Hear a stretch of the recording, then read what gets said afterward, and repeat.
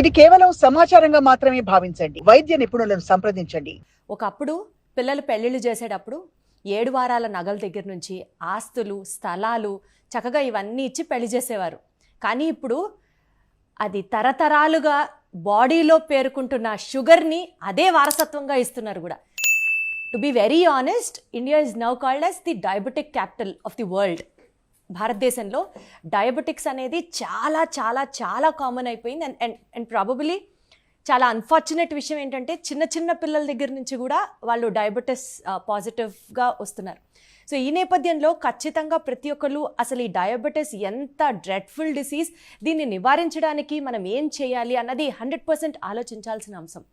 ఇదే టాపిక్గా ఈరోజు కామినేని హాస్పిటల్స్ నుంచి డాక్టర్ ఎన్ఆర్ఎస్ వర్ధన్ గారు మనతో జాయిన్ అవుతున్నారు, కన్సల్టెంట్ డయాబెటాలజిస్ట్. హలో సార్, నమస్తే. హలో అండి, నమస్తే. సార్, కరెక్టే చెప్పానా sir? India is the diabetic capital of the world.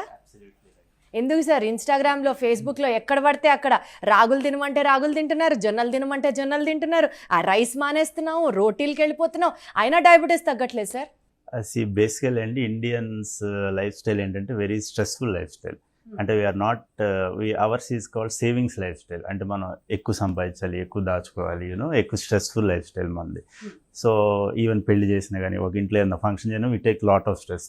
If you take western countries ఏంటంటే వాళ్ళు జాబ్ చేసుకోవటం, ఇంటికి వచ్చి రెస్ట్ తీసుకోవటం, even when there is a marriage ఒక limited number of గెస్ట్ని పిలుచుకోవటం, limited menus.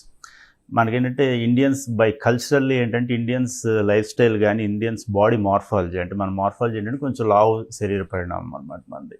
దాంతోపాటు మన లైఫ్ స్టైల్ ఏంటంటే stressful life style, target oriented life style. సంపాదించాలి, ఇంత ఎక్కువసేపు పని చేయాలి, there is no limit of working hours and all. So దానివల్ల ఏంటంటే ఇండియాలో డయాబెటీస్ ఎక్కువ. అండ్ మనకేంటంటే మనం వీఆర్ మోర్ ఇంటూ వెస్టర్నైజేషన్. అంటే మన పాత పద్ధతులను వదిలేసి ఇప్పుడు జంక్ ఫుడ్స్ తింటాం, బయట ఫుడ్స్ తింటాం, స్విగ్గీ, జొమాటోస్ ఆర్డర్స్ చేసుకోవడం, వీటి వల్ల ఏంటంటే వెరీ లేజీ లైఫ్ స్టైల్ అలవాటైంది. So all these factors are contributing to more number of diabetic cases. So బేసికల్గా బయట ఫుడ్ తినడం is the most important contributor to diabetes అని చెప్పి. అంటే వన్ ఆఫ్ ది ఫ్యాక్టర్స్ అండి, one of the factors contributing to diabetes. అంటే ఇప్పుడు మన ఇంట్లో వాడే ఆయిల్స్ అయ్యండి మనం రీసైకిల్ ఎక్కువ చెయ్యం. బయట ఆయిల్స్ ఏంటంటే they keep on recycling those oils. So దానివల్ల ఏంటంటే ఆ ఆయిల్లో ఉన్న టాక్సిన్స్ అన్ని బయటికి రావటం. అట్లాగే బయట మీరు టీ అయ్యి తాగినప్పుడు ఏంటంటే ఆ టీ కాచి ఉంచుతారు అనమాట. లాట్ ఆఫ్ షుగర్ వేస్తారు టేస్ట్ కోసం, అండ్ ఆర్టిఫిషియల్ స్వీట్నర్స్ వేస్తారు, అండ్ దెన్ రంగులు వేస్తారు.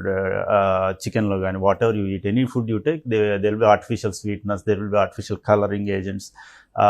అవన్నీ వేయటం వల్ల ఏంటంటే ఆ ఇంగ్రీడియంట్స్ వల్ల ఆ ఫుడ్ అండ్ ఫ్యాట్ అనమాట. మనం వాడే ఆయిల్ ఏంటంటే కొంచెం లిమిటెడ్ ఆయిల్, తక్కువ ఆయిల్ అండ్ హెల్దీ ఆయిల్ వాడతాం. బయట ఏంటంటే they will use some coconut oil వాడచ్చు, సాచురేటెడ్ ఫ్యాటీ ఆయిల్ యాసిడ్స్ అంటామండి, సాచురేటెడ్ ఫ్యాట్స్ వాడతారు వాళ్ళు, కొన్ని పీనట్ బటర్స్ అలాంటివి వాడతారు.